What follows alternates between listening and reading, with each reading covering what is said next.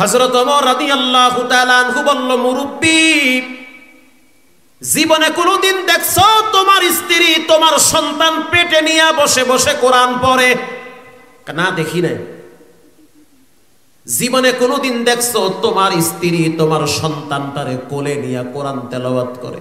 না, তাও দেখি নাই।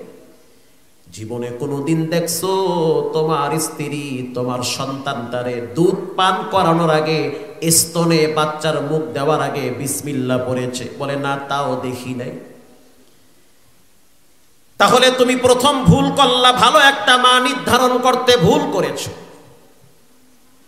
2 নম্বরে বাবার দায়িত্ব সন্তানের জন্য ভালো একটা নাম রাখা।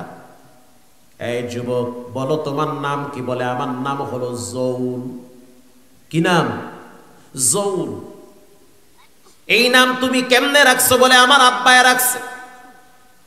মুরব্বি, বলো তোমার যে সন্তান নাম রাখছো জৌল, অর্থ কি? বলে, অর্থ আমি জানি না। হযরত ওমর রাদিয়াল্লাহু তাআলা আনহু বলল, অর্থ তো মারাত্মক ভয়ঙ্কর। 3 নম্বরে বাবার দায়িত্ব হলো সন্তানের জন্য কোরআন শিক্ষা দেওয়া। আল্লাহু আকবার বলেন। কোরআন চিনাইছো? বাইতুল্লাহ চিনাইছো? মেসওয়াক চিনাইছো? টুপি চিনাইছো? দাড়ি চিনাইছো? কিবলা চিনাইছো? না, চিনাই নাই। যেই ছেলে কোরআন চিনে না, আল্লাহ চিনে না, রসুল চিনে না, ইসলাম চিনে না, পশ্চিম চিনে না, ওই সন্তান তোমাকেও চিনবে না। পাবজি আর ফ্রি ফায়ার, টিকটক আর মোবাইল চিনবে, গাঁজা বাবা দাদা খায়া টাল হয়ে থাকবে। ঠিকই কথা। হারমোনিয়াম চিনায়, গিটার চিনায়, তবলা চিনায়, পশ্চিম চিনায় না, কেবলা চিনায় না। এই বেটা, এটা পশ্চিম, এটা মসজিদ, এটা মেম্বার, এটা মেহরাব, এটা কোরআন, এটা হাদিস, উনি আল্লাহ, উনি নবী, এগুলো চিনাইতে হয়। এগুলো যদি সন্তান না চিনে, একটা টাইমে সন্তান মা বাবাকেও চিনবে না। দেখেন না, ঈদের দিন ঠেলাটা হয়েছে কি? বৃদ্ধাশ্রমে উকিলের মা বয়া বয়া কান্দে, ব্যারিস্টারের বাপ বৈশা বৈশা কান্দে, 3 পোলা, 3টাই ডাক্তার, ওরে ঠেলা। অথচ বাবার খবর নেয় না। কোটি টাকার মালিক, বনশ্রীতে বাড়ি আছে, কোটি টাকার মালিক, কি বলে, এই ঢাকায় গুলশানে ফ্ল্যাট আছে, কিন্তু জীবনের শেষ সময় থাকতে হয় বৃদ্ধাশ্রমে। এর কারণ কি? সন্তান কোরআন চিনে না, আল্লাহ চিনে না, রসুল চিনে না, ইসলাম চিনে না, এজন্য মা বাবাকেও চিনে নাই, শেষ বয়সে বৃদ্ধাশ্রমে পাঠায়া দিছে। এজন্য সন্তানদেরকে দিন শিখাতে হয়, চিনাতে হয়। আমি তো জুমা পড়াই মতিঝিলে, যায়েন একদিন, দেখবেন জুমার দিন খেলাটা কারে কয়। পাশেই তো মুগদা মেডিকেল, সেখানে একজন ডাক্তার দেখছি, MBBS ডাক্তার। তো তাকে আমি বললাম, স্যার আপনার বাড়ি কোথায়? বলে, আমার বাড়ি কুমিল্লায়। ঢাকায় কোথায় থাকেন? বলে, আমি থাকি মোহাম্মদপুর আদাপুরে। আচ্ছা, মা? বলে, হুজুর আমি মায়ের সাথে থাকি। মানে শোনার পরে আমি একটু ধকচকয় পড়ে গেছি। বলে কি, আপনার মা কই থাকে, আপনি কই থাকেন? বলে, আমি আমার মায়ের সাথে থাকি।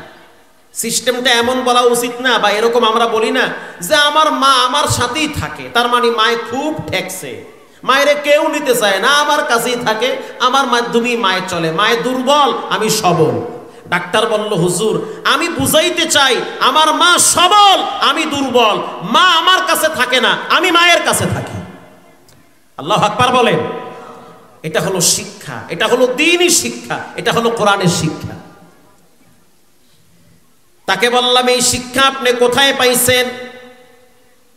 ডাক্তার মানুষ, বসে বসে প্রেসক্রিপশন লেখেন, অথচ আপনার মুখে যে কথা শুনলাম এটা শুনে তো আমার দিল ভরে গেছে। সে জবাব দিয়ে বলল, হুজুর হাদিসে পড়ছি, আল জান্নাতু তাহতা আকদামিল উম্মাহাত। আল্লাহ পাক নাকি মায়ের পায়ের নিচে সন্তানের জন্য জান্নাতটারে বিছায়া রাখছে। কেউ যদি জান্নাতের সন্ধান পাইতে চায়, সে যেন নিজ মা বাবার সেবা করে। খাজার দরবারে, বাবার দরবারে গিয়া লাভ নাই, তোমার দরবারে তোমার মা বাবা আছে, এরাই তোমার সবচেয়ে বড় পীর। হযরত ওমর রাদিয়াল্লাহু তাআলা আনহু বলেন, বাবার 3 নম্বরের দায়িত্ব সন্তানকে কোরআন শিক্ষা দেওয়া।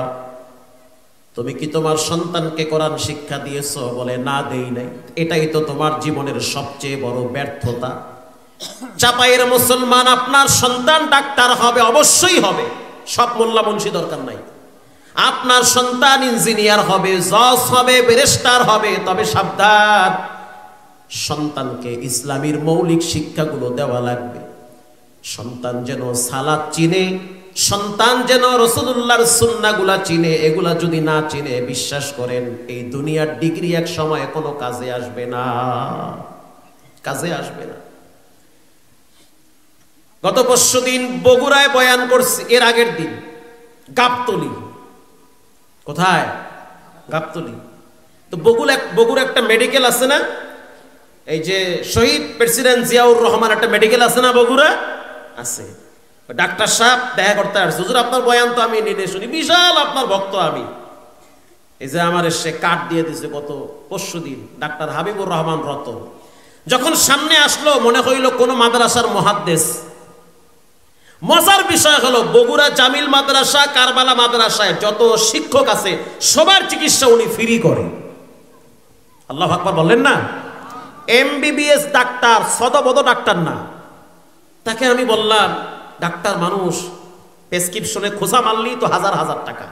সে বলল, টাকা আমি ঠিকই নেই, কিন্তু কিছু মানুষের কাছ থেকে টাকা নেই না, তাদেরকে আল্লাহর জন্য আমি ছেড়ে দেই, আল্লাহর জন্য আমাকেও ছেড়ে দেয়।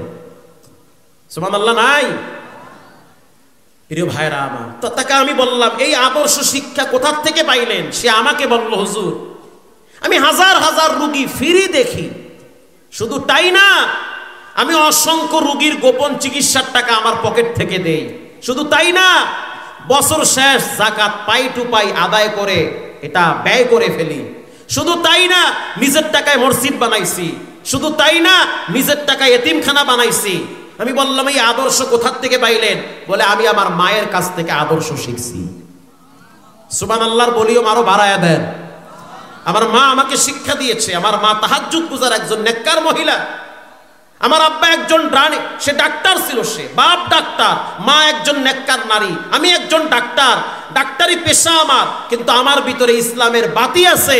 আমি কোরআনের জন্য পাগল, আমার নামে মামলাও হয়েছে, আল্লাহ আমাকে এখনো পর্যন্ত টিকায় রাখছে। আল্লাহু আকবার বলেন। কাঁচায় না নুইলে বাঁশ পাকলে করে ঠাস ঠাস। আমাকে বরিশালে একটা ভাষা আছে, বাঁশ যদি কাঁচায় না নয়, এটা পাহাড় পরে কি নয়, যদি নামাইতে যান ঠস ঠাস করে। কথা কর না, কাঁচাই নোয়ান লাগে। কাদা চিনেন? কাদা, কাদা, কাদার ঘর আছে না আপনাদের দেশে, মাটির ঘর? এবার আসেন, বাচ্চারা হলো কাদার মতো, যত বড় হয় তত এরা শক্ত মাটি হয়ে যায়। বাচ্চারা হলো এই যে কাঁচা বাঁশের মতো, যত ফলে, যত মোটা হয়, যত বড় হয়, তত শক্ত হয়। একটা গাছ যদি বেঁকা কইরা লাগান, 30 বছর পরে সেই গাছটা যদি সোজা করতে যান, সোজা হবে? আমনে সোজা হইয়া যাইবে। কি মজার কথা না? আমনে আর আপনার ম্যাডামে দুইজনে মিললে যদি 30 বছর পর আপনার ছেলেরে কন সোজা, সোজা হইবে? আপনারে কইবে সোজা হইয়া যাও, তুমি সোজা হও। সোজা হইতে চাবে না, সময় থাকতে সোজা করতে হবে।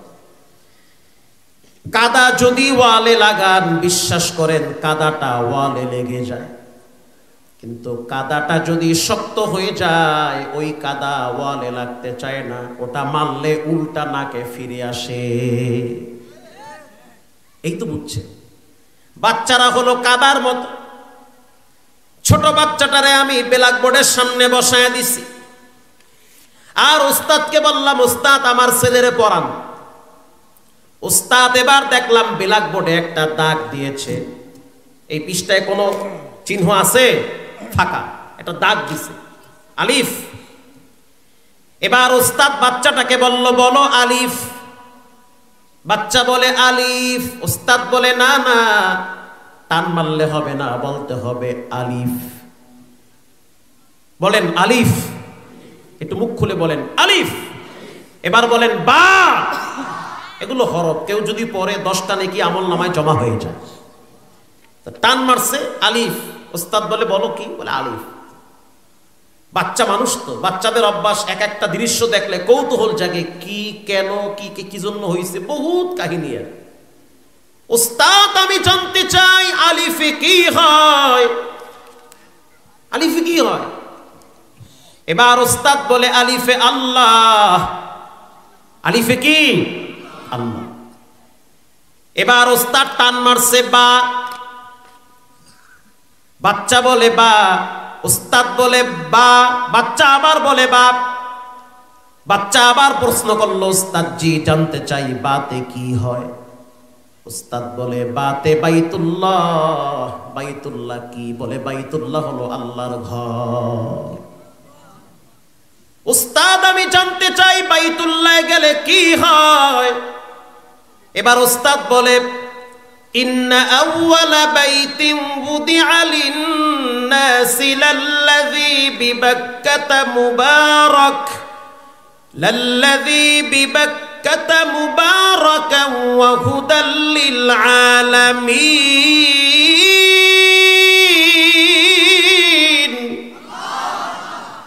বাইতুল্লাহ হলো হেদায়েতের মার্কাজ। তোমার দাদার বাড়ি বাইতুল্লাহ, তোমার আব্বা বাইতুল্লাহ বানাইছে। হুজুর আমার আব্বা কিডা? আমার আব্বা তো এই হুজুর বয়ে রয়েছে। না, তোমার জাতির পিতা হলো ইব্রাহিম। ঠিক না ব্যাঠি? সে বাইতুল্লাহ বানাইছে। এবার বাচ্চার ভিতরে কৌতূহল জাগে, আব্বাই সেই ঘর বানাইছে। বাচ্চায় বলে আব্বু সেখানে কি আছে? আমি বললাম সেখানে জমজম আছে। এবার বাচ্চা বলে আর কি আছে? আমি বললাম সন্তান সেখানে জান্নাতের দুইটা পাথর আছে। আল্লাহু আকবার বলে। একটা হলো মাকামে ইব্রাহিম, জাতির পিতা যেই জায়গায় দাঁড়াইয়া বাইতুল্লাহ বানাইছে তার পায়ের চিহ্ন এখনো পাথরে লেগে আছে, সেটা ওখানে আছে। আর একটা হলো হজরে আসওয়াদ। এই পাথরটাও হলো জান্নাতের পাথর। এই দুইটা পাথর বাইতুল্লাহ আছে। এবার বাচ্চা বলে বাবা আমার মন চায় আমি বাইতুল্লাহ যাব। তাহলে চিন্তা করেন, ছোট মানুষ ওরে যেমনে চালাই তেমনে চলে। ফজরের টাইমে মসজিদে যাওয়ার জন্য যখন গেট থেকে বের হই, বাচ্চা ঘুম থেকে চিৎকার মেরে বলে বাবা তুমি গেলে হবে না, আমাকেও নিতে হবে। বাচ্চারা সাধারণত অনুকরণীয় হয়, যা দেখে তাই শিখে। এজন্য বিনয়ের সহিত বলি, অনুরোধ করে বলি, সন্তানদেরকে নিজের হাতে নষ্ট করবেন না। এমন একটা দিন আসবে যেদিন সন্তানও আপনার কোনো কাজে আসবে না। বাংলাদেশের চিত্র শুনলে তো আপনি অস্থির হয়ে যাবেন। বাবার লাশ ফালায় রাইখা ছেলে মেয়েরা সম্পদ নিয়ে মারামারি কারাকারি করে, দোয়াটাও করতে চায় না। বাবা মারা গেছে, বাবার জন্য দোয়া করো না, দোয়ার টাইম নাই। বাবার সম্পদ কত আছে আগে বের করো। বাবার লাশ কবরে নামাইয়া কোনো মতে মাটি দিয়া কিসের নামাজ কিসের দোয়া খবর নাই। বাবার কত সম্পদ আছে এগুলা নিয়ে ভাই বোনদের ভিতরে রক্তপাত ঘটে। এর লেগে মরার আগে মাদ্রাসায় দুই একটা ফ্যান কিনে দিয়ে মরলেন। মরার পরে যে পোলা মাইয়া দোয়া করবে ওই আর সময় এখন নাই। মরার আগে মসজিদের দুই একটা ফ্যান কিনে দিয়ে মরলেন। মরার আগে 2-1000 ইট কিন্না মাদ্রাসায় দান কইরেন। মাইয়া পোলা যদি দোয়া না করে তবু দোয়ার গুল্লি মারি লাগবে না দোয়া। মাদ্রাসা মসজিদে যা দান করছে ওই দোয়াই আমার জন্য যথেষ্ট হয়ে যাবে। ঠিক না ব্যাঠি? হ্যাঁ ঠিক কথা। মরার আগে কিছু কিছু দান কইরেন, আল্লাহ বরকত বাড়াইয়া দিবে। টাঙ্গাইলে বয়ানে গেলাম, এলেঙ্গায়, নাগরপুরে। বয়ানের মাঝখানে দেখলাম এসপি সাহেব ডান পাশে বসে আছে, বামের টিউনও বসে আছে। যুবকদের মাহফিল, বিশাল মাহফিল, হাজার হাজার শ্রোতা। মুফতি আমির হামজা সাহেব, আব্দুল্লাহ আলামিন ভাই, আরো উল্লেখযোগ্য অনেক বড় বড় বক্তারা সেখানে ছিল।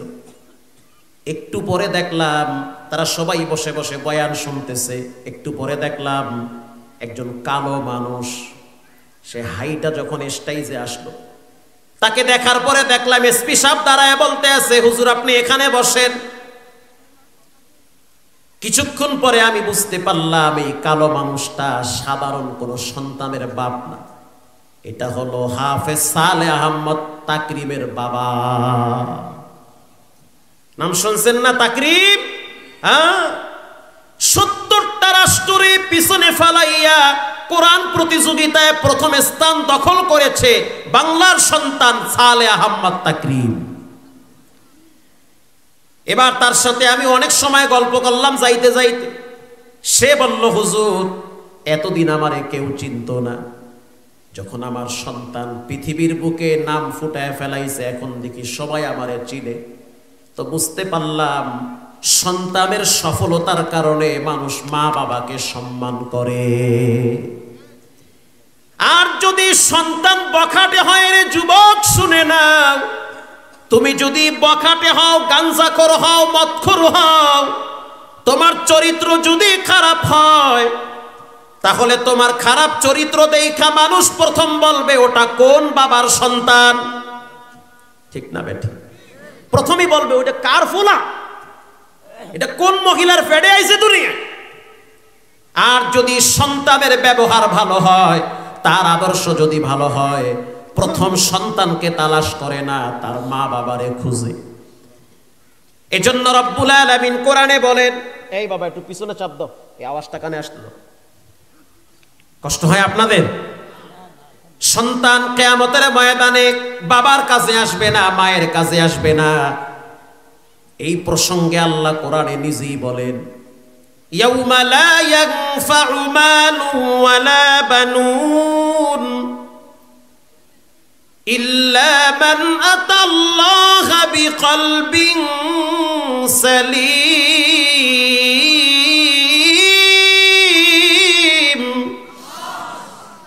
কিয়ামতের দিন মাল কাজে আসবে না, সম্পদ কাজে আসবে না, তবে নেককার সন্তান কাজে আসবে।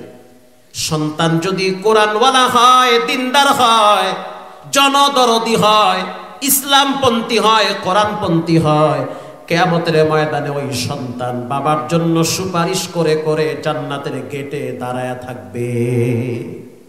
সন্তান দিনদার হওয়া লাগবে। ইন্নামাল মুমিনুনা আল্লাযীনা ইযা যুকিরাল্লাহ, মুমিনদের প্রথম গুণ, তাদের সামনে যখন রবের কথা বলা হয় তখন তাদের কলিজায় কার ভয় আসে? আল্লাহর ভয়। তাফসীরে ইবনে কাসিরে আসছে, বাপ আর ছেলে দুইজনে দামেস্কের একটা বাগানের পাশ দিয়ে হাঁটতেছে। জান্নাতানি আইয়ামিনি ওয়া শিমাল, বিশাল বড় বাগান, ডানেও বাগান বামেও বাগান। এবার বাবা সন্তানকে বলে, সন্তান তুমি একটু এখানে দাঁড়াও, আমি বাগানের ভিতরে ঢুকলাম। আঙ্গুর ফলের বাগানে ঢুইকা কিছু আঙ্গুর পেরে নিয়ে আসি। বাপ সন্তান রে দাঁড় করায় রাইখা কেবল মাত্র আঙ্গুর ফলের বাগানে ঢুকছে। ধরেন আপনাদের মহল্লায় আম বাগানে ঢুকছে, এই আম বাগানগুলার মালিক আছে না নাই? মালিক তো আছে। এখন মালিকের অনুমতি ছাড়া যদি আপনি ভোর রাইতে গিয়ে 2 সাইডটা পারেন, বাইরে যদি খাইয়ে কোন